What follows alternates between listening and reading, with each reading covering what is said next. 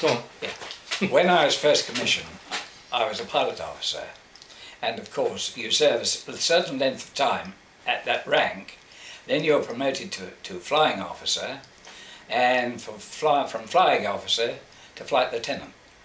And that depends on your capability in whatever you're doing, obviously. I went through most of my flying as a flying officer.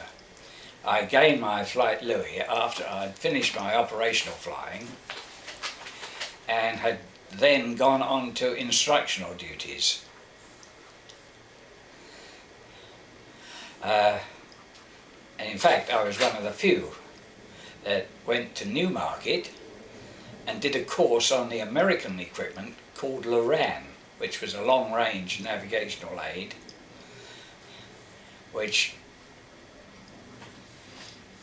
was a navigational aid using the ionosphere. Signals were transferred or transmitted to the ionosphere and then came back and were then plotted on a chart. In the plane. It was a terrific aid, actually, because there was no limit to distance. The first equipment we were installed with was G, which had a limited range of about 200 to 300 miles. It depended on what height you were flying as to what the range of the equipment was. So that going out to Germany on raids, it would take you as far as the Ruhr or thereabouts. From there on, it was dead reckoning navigation. But then we were equipped. Do we want to go on from this point? Sure. Yeah. Go on. From that point, we were equipped with H2S. Now, H2S was a different type of navigational aid altogether. It was self-contained in the aircraft. It transmitted a beam to Earth, which came back in the shape, a response on the screen of the apparatus.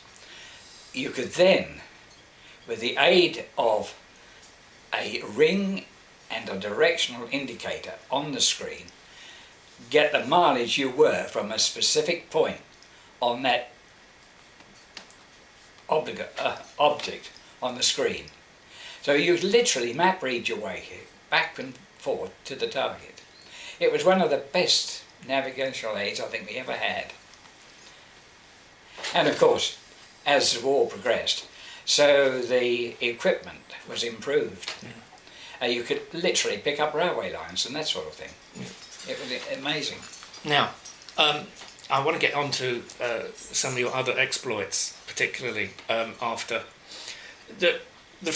I mean, one story that strikes me as sort of giving the lie a little bit to what you say, well, you never gave much of a thought. You told me a story how you were going, I think it was your first raid in Berlin, where you saw these aircraft explode beneath you. I mean, if you just describe that for us, what was happening? Our first raid to Berlin, we approached from the northwest, and as we approached, I saw all this anti-aircraft fire, and I thought, my God, how are we going to get through that lot?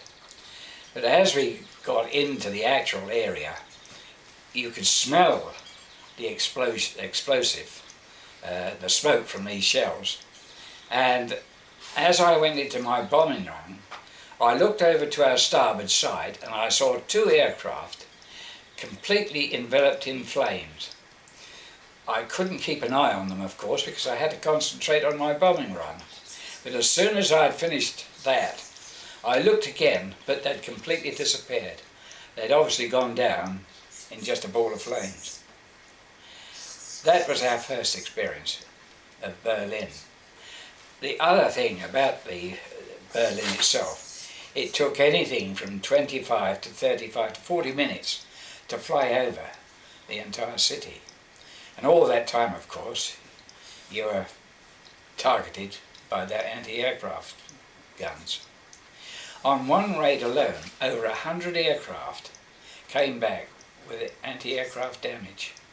Just gives you some idea of the type of problems you yourself, your Lancaster was hit by flak a couple of times, wasn't it? That's right. We were approaching Berlin just north of Magdeburg when we're